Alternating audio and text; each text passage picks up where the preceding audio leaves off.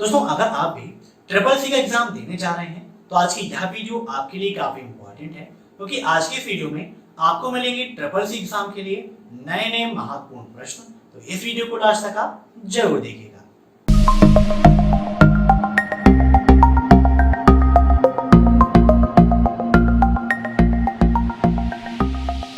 नमस्कार दोस्तों, मैं अभय शल कंप्यूटर में आप सभी का स्वागत करता हूं।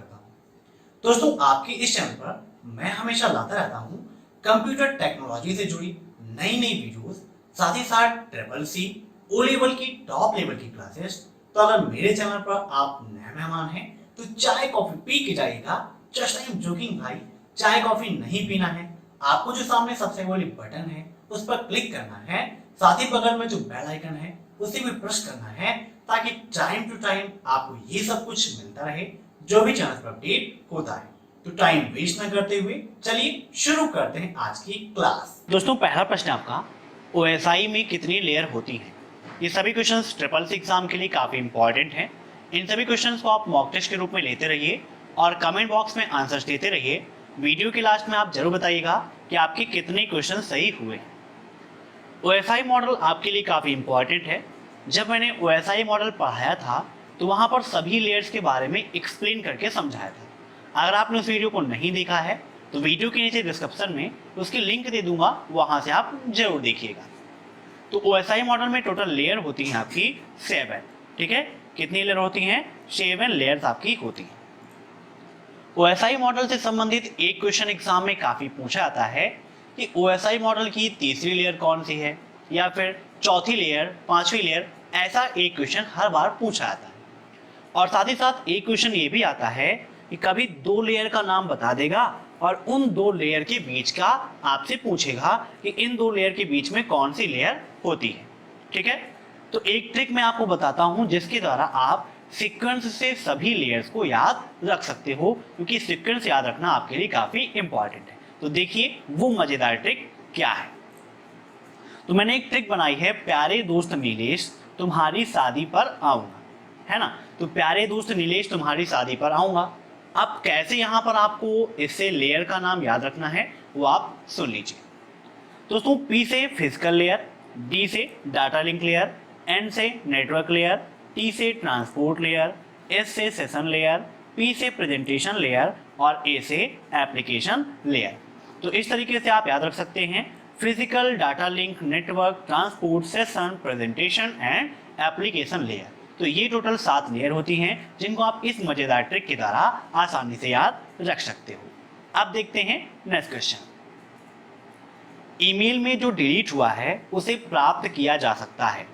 मीन्स मान लीजिए ईमेल में कोई भी मेल आपकी गलती से डिलीट हो गई, या आपने डिलीट कर दिया, सोचा अभी उपयोग नहीं है, लेकिन बाद में आपको याद आए कि वो ईमेल इंपॉर्टेंट है, तो क्या उसे आप प्राप्त कर सकते हैं? तो आप में से बहुत सारे लोग ईमेल का उपयोग करते हैं और मैं मानता हूं कि लगभग सभी लोग ईमेल का उपयोग कर रहे होंगे। तो बताइए इसका आंसर क्या होगा? तो बिल्कुल आपका ट्रू है। जो भी ईमेल आपकी डिलीट हो गई है उसे आप पुनः प्राप्त कर सकते हैं। कभी कभी क्वेश्चन ये आता है कि गलती से डिलीट हुई मेल को प्राप्त किया जा सकता है। तो हाँ, बिल्कुल प्राप्त किया जा सकता है, चाहे आप गलती से डिलीट करें या जानबूझकर डिलीट करें, दोनों का प्रोसेस सेम ही है। अब एक क्वेश्चन यहाँ से ये बनता है कि जो ईमेल डिलीट हो जाती है वो कहाँ पर स्टोर होती है, बताइए। तो जो भी ईमेल डिलीट हो जाती है वो आपकी ट्रैश बॉक्स में जाकर स्टोर हो जाती है। कहाँ पर? ट्रैश में आपकी स्टोर हो जाती है। अब एक क्वेश्चन यहाँ से और बनता है कि ट्रैश में ईमेल कितने दिनों तक स्टोर रहती है। तो ट्रैश में आपकी जो डिलीट हुई मेल है वो आती है, वो मैक्सिमम 30 डेज तक वहां पर रहेगी। 30 दिन बाद ऑटोमेटिक वह डिलीट हो जाती है। तो याद रखिएगा, जब भी आप वीडियोस को देखिए साथ में एक नोटबुक और पेन जरूर रखिए, ताकि क्वेश्चन के साथ साथ जो मैं अलग से पॉइंट्स बताता हूं उनको आप नोट करिए और एग्जाम टाइम पर रिवीजन में आपके काफी हेल्प होगी। अब नेक्स्ट, कंप्यूटर में किसी भी कंटेंट को किसके द्वारा पास किया जाता है? मीन्स कंप्यूटर में जो भी डाटा है, सूचना होती हैं, वो एक दूसरे से पास करके ही प्रोसेसिंग होती है। पहले किसी के पास जाएगा, फिर वो दूसरे के पास भेजेगा, फिर दूसरा तीसरे के पास, ऐसे प्रोसेसिंग होती रहती है। तो कंप्यूटर में जो भी कंटेंट होता है वो सबसे पहले पास किया जाता है रजिस्टर के द्वारा। रजिस्टर क्या है? आपकी मेमोरी होती है जो सीपीयू के सबसे करीब होती है। ठीक है, ये क्वेश्चन भी आता है कि रजिस्टर कहाँ होती है, तो यह सीपीयू के अंदर पाई जाती है। नोट कर लीजिएगा, सीपीयू के अंदर होती है रजिस्टर। सबसे तेज मेमोरी कौन सी है, यह क्वेश्चन भी काफी ज्यादा पूछा जाता है, तो सबसे तेज मेमोरी भी आपकी रजिस्टर ही है। ठीक है, अब देखते हैं next question. If a device is not connected to CPU then, अगर कोई डिवाइस सीपीयू से कनेक्ट नहीं है तो उसे हम क्या कहते हैं? Online device, landline device, device या ऑफलाइन डिवाइस? बताइए, काफी इंपॉर्टेंट क्वेश्चन है आपके लिए। दोस्तों, अगर कोई भी डिवाइस सीपीयू से कनेक्ट नहीं है तो उसको हम बोलते हैं ऑफलाइन डिवाइस। क्या बोलते हैं? ऑफलाइन डिवाइस बोलते हैं। ठीक है, अब नेक्स्ट, प्रेजेंटेशन डिजाइन्स में स्लाइड की फॉर्मेटिंग व लेआउट को रेगुलेट करने को सामान्यतः क्या कहते हैं? Design plates, templates, place holders या ब्लूप्रिंट्स? मीन्स प्रेजेंटेशन क्लाइंट्स में क्या है कि कुछ स्लाइडें हैं या आपको ऑटोमेटिक वहां पर फॉर्मेटिंग मिलती है, या आप चाहें तो कुछ फॉर्मेट बनाकर सेव भी रख सकते हैं। तो यहाँ पर देखिए, आपके सामने मैं ओपन करता हूँ लिब्रे ऑफिस इम्प्रेस। यहाँ पर आपको हम बताते हैं इसके राइट आंसर के बारे में।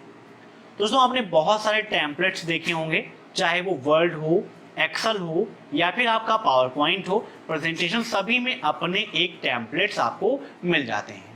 जैसे यहाँ पर देखिए, आपके सामने ओपन हो गया है सेलेक्ट अ टेम्पलेट का ऑप्शन, जहाँ पर देखिए अलग अलग फॉर्मेटिंग, अलग अलग डिज़ाइन आपको मिल जाएगी।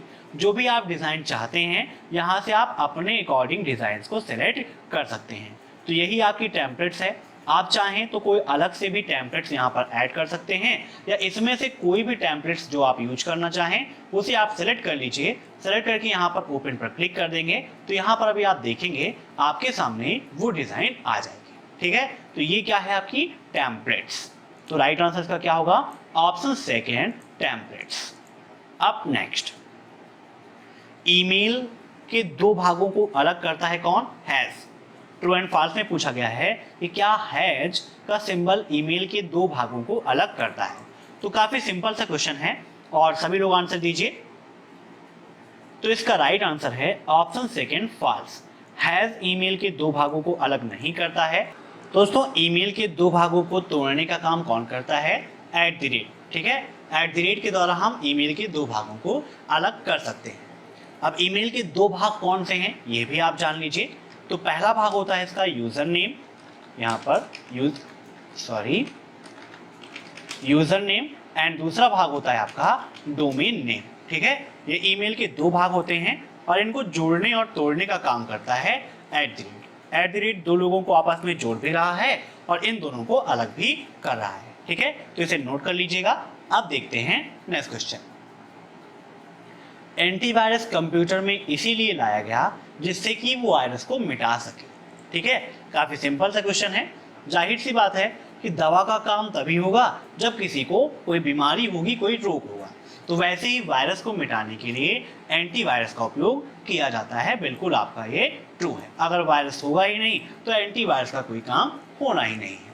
अब नेक्स्ट, इक्वल फ्लोर 120,11 का मान कितना होगा? ये क्वेश्चन काफी इंपॉर्टेंट है।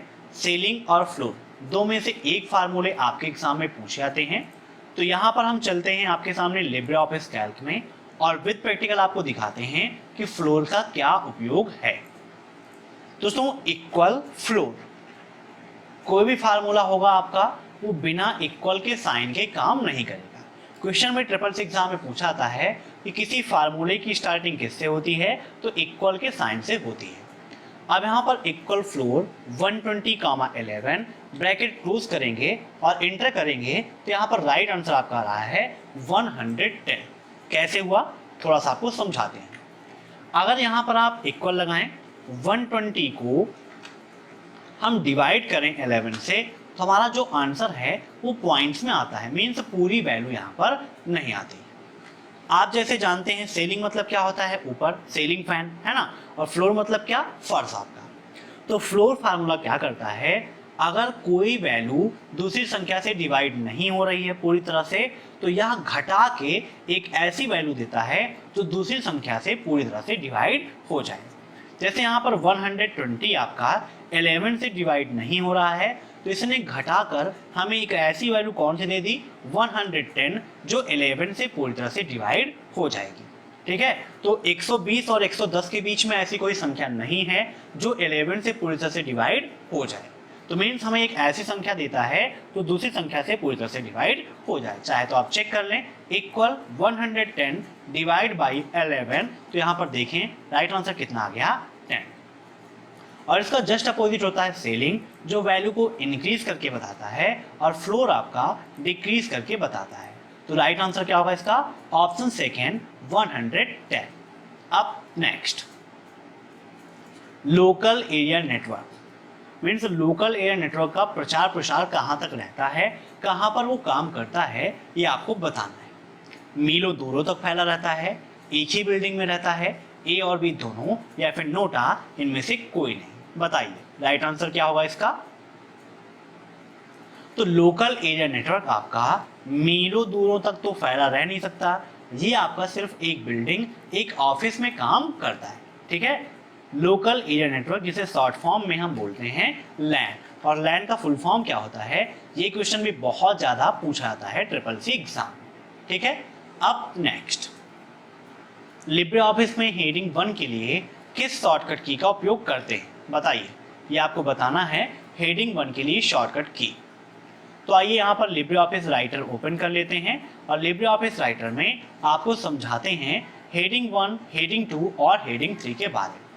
लिब्रे ऑफिस राइटर के अंतर्गत 3 प्रकार की हेडिंग यहाँ पर मुख्यतः पाई जाती हैं। ये आपको कहाँ मिलेगा, तो यहाँ पर स्टाइल में आप देखेंगे तो यहाँ पर आपको मिल जाएगा हेडिंग 1, हेडिंग 2 और हेडिंग 3।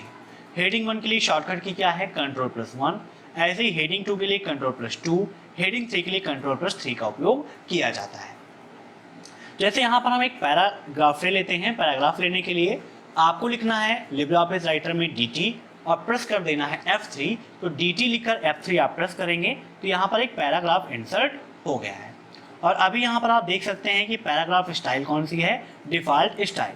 लेकिन इसको यहाँ पर हम सेलेक्ट कर लेते हैं और Ctrl+1 प्रेस करते हैं तो आप देख सकते हैं कि यहाँ पर इसकी स्टाइल चेंज हो गई है और यहाँ पर भी आप देख सकते हो कि हेडिंग 1 हो गया है। ऐसे इसको हम सेलेक्ट करें और सेलेक्ट करने के बाद Ctrl+2 प्रेस करते हैं तो यहाँ पर देखिए थोड़ी सी चेंजिंग आपको लग रही होगी और यहाँ पर भी हेडिंग 2 हो गया है। ऐसे ही अगर हम Ctrl+3 करें तो यहाँ पर और थोड़ी सी चेंजिंग हो गई और यहाँ पर हेडिंग 3 हो गया है। मीन्स पैराग्राफ की स्टाइल को चेंज करने के लिए 3 प्रकार की हेडिंग यहाँ पर दी गई हैं, Ctrl+1, Ctrl+2 एंड Ctrl+3। ये तीनों शॉर्टकट की हैं हेडिंग 1, हेडिंग 2 और हेडिंग 3 के लिए। अब यहाँ पर बात की गई थी हेडिंग 1 की, तो राइट आंसर इसका क्या होगा, ऑप्शन फर्स्ट। ठीक है, नोट कर लीजिएगा, काफी इंपॉर्टेंट है। अब देखते हैं नेक्स्ट क्वेश्चन, डिजिटल लॉकर किससे संबंधित है। डिजिटल लॉकर का उपयोग आप सभी ने किया है, बताइए डिजिटल लॉकर किससे संबंधित है। तो ये आपका आधार कार्ड से संबंधित है। डिजी लॉकर है क्या, ये एक ऐसा क्लाउड है जहां पर हमें स्टोर करने की क्षमता मिलती है। मीन्स यहाँ पर आप मैक्सिमम 1 GB तक डाटा अपना स्टोर करके रख सकते हो। SSC एग्जाम में ये क्वेश्चन में पूछा जाता है कि डिजिटल लॉकर में हमें कितने GB का या कितना स्टोरेज मिलता है, तो 1 GB की स्टोरेज क्षमता यहाँ पर हमें मिलती है। ठीक है, नोट कर लीजिएगा, काफी इंपॉर्टेंट है ये भी आपके लिए। अब देखते हैं नेक्स्ट क्वेश्चन, DuckDuckGo क्या है। DuckDuckGo को हम शॉर्टकट में DDG भी कहते हैं। ठीक है, DDG क्या है, search engine, web browser, application software या ऑल ऑफ एबव। तो दोस्तों यहाँ पर देखिए ऑल ऑफ एबव तो हो नहीं सकता। क्यों नहीं हो सकता, कि सर्च इंजन होगा तो ब्राउजर नहीं होगा और ब्राउजर होगा तो एप्लीकेशन सॉफ्टवेयर नहीं होगा। मीन्स इन तीनों में से कोई एक है DuckDuckGo, और ये क्या है आपका सर्च इंजन है। DuckDuckGo कब लॉन्च किया गया, ये क्वेश्चन भी SSC एग्जाम में काफ़ी ज़्यादा पूछा जाता है। तो DuckDuckGo आपका लॉन्च किया गया था 2008 में। ठीक है, आज से लगभग 12 वर्ष पहले DuckDuckGo को लॉन्च किया गया था। अब देखते हैं नेक्स्ट क्वेश्चन, पहला माइक्रोसॉफ्ट ऑपरेटिंग सिस्टम कौन सा था, बताइए। पहला माइक्रोसॉफ्ट ऑपरेटिंग सिस्टम दोस्तों विंडोज 7, विंडोज 8 ये सब तो आपका बाद में आया, लेकिन सबसे पहले उपयोग किया गया था MS-DOS का। किसका उपयोग किया गया? MS-DOS का उपयोग किया गया था। इसलिए हम कह सकते हैं कि पहला माइक्रोसॉफ्ट ऑपरेटिंग सिस्टम MS-DOS था। MS-DOS किस पर आधारित है? ये क्वेश्चन भी ट्रिपल सी एग्जाम में काफ़ी ज़्यादा पूछा जाता है कि MS-DOS किस पर आधारित है। तो दो प्रकार के होते हैं आपके इंटरफेस, एक होता है CUI और दूसरा होता है GUI। तो MS-DOS आपका CUI बेस्ड है। CUI का फुल फॉर्म क्या होता है? ये क्वेश्चन में ट्रिपल सी एग्जाम में काफ़ी पूछा जाता है। तो CUI का फुल फॉर्म होता है कैरेक्टर यूजर इंटरफेस। क्या होता है? Character user interface. और GUI का फुल फॉर्म होता है ग्राफिकल यूजर इंटरफेस। नोट कर लीजिएगा दोस्तों। ये सभी क्वेश्चंस आपको हमारे ब्लॉग www.abhayexcelcomputer.blogspot.com पर अवेलेबल मिल जाएंगे। वहां से फ्री ऑफ कॉस्ट में ये सारे क्वेश्चंस आप पर डे पढ़ सकते हैं। तो पर डे आप इसे जरूर विजिट कीजिएगा। अब देखते हैं नेक्स्ट क्वेश्चन। ई गवर्नेंस में आने वाला बैंक कौन सा है? मीन्स किस प्रकार के बैंक ई गवर्नेंस के अंतर्गत आते हैं? प्राइवेट बैंक, सरकारी बैंक, ए और बी दोनों, या फिर नोटा, इनमें से कोई नहीं। तो ई गवर्नेंस के अंतर्गत दोस्तों प्राइवेट बैंक भी आते हैं और सरकारी बैंक भी आते हैं। दोनों ई गवर्नेंस के अंतर्गत आते हैं। तो राइट आंसर क्या होगा? Option third, A and B दोनों। दोस्तों वीडियो के नीचे डिस्क्रिप्शन में मैंने 2000 प्रश्नों की PDF की लिंक दी है जो ट्रिपल सी एग्जाम में हर बार क्वेश्चन पूछे जाते हैं। उन सभी क्वेश्चंस का कलेक्शंस, साथ ही साथ ट्रिपल सी एग्जाम के लिए मोस्ट इंपॉर्टेंट न्यू क्वेश्चंस और लिब्रे ऑफिस की शॉर्टकट कीज, सभी फुल फॉर्म्स, लाइनेक्स यूनिट्स की कमांड, ये सब कुछ आपको उस PDF में मिल जाएगा। इसीलिए आप फटाफट उस PDF को डाउनलोड जरूर करिएगा। अगर आप PDF को डाउनलोड नहीं कर पा रहे हैं तो आप मुझे WhatsApp पर मैसेज करिएगा, वहाँ से भी आपको PDF मिल जाएगी। इसके अलावा ट्रिपल सी के फ्री स्टडी मटेरियल के लिए आप हमारे टेलीग्राम चैनल को ज्वाइन करिए। वहाँ पर भी आपको पर डे स्टडी मटेरियल मिलता रहता है। अब देखते हैं नेक्स्ट क्वेश्चन। मैक एड्रेस कितने डिजिट का होता है? बताइए। काफ़ी इंपॉर्टेंट क्वेश्चन है आपके लिए और इस क्वेश्चन का आंसर आप सभी को कमेंट बॉक्स पे देना है। ये क्वेश्चन मैं आपके लिए छोड़ रहा हूँ और कल की क्लास में देखते हैं कौन कौन से लोग इस क्वेश्चन का राइट आंसर देंगे। तो इस क्वेश्चन का राइट आंसर और जो भी इस क्वेश्चन का राइट आंसर देंगे उन सभी का नाम कल की क्लासेस में मैं आपको बताऊंगा। दोस्तों इसके अलावा अगर आप कंप्यूटर प्रोग्रामिंग सीखना चाहते हैं तो कंप्यूटर प्रोग्रामिंग के लिए हमारा दूसरा चैनल है प्रोग्रामिंग ट्यूटोरियल, जहां पर कंप्यूटर प्रोग्रामिंग से संबंधित नए वीडियोस आपको पर डे मिलते रहते हैं। तो उस चैनल को भी सब्सक्राइब जरूर करिएगा और इस चैनल को भी सब्सक्राइब जरूर करिएगा। दोस्तों मैं आशा करता हूं कि आपको ये वीडियो पसंद आया होगा। अगर आपको वीडियो पसंद आया हो तो वीडियो को लाइक जरूर करिएगा और कमेंट करके अपना सुझाव जरूर दीजिएगा, ताकि आपके सुझाव के अकॉर्डिंग मैं अपनी क्लासेस ऐसे ही आपको प्रोवाइड कराता रहूं। आपका एक लाइक और कमेंट हमें मोटिवेट करता है नए वीडियोस को अपलोड करने के लिए। तो please like, share and subscribe. फिर मिलते हैं नेक्स्ट क्लास में, तब तक के लिए बाय बाय।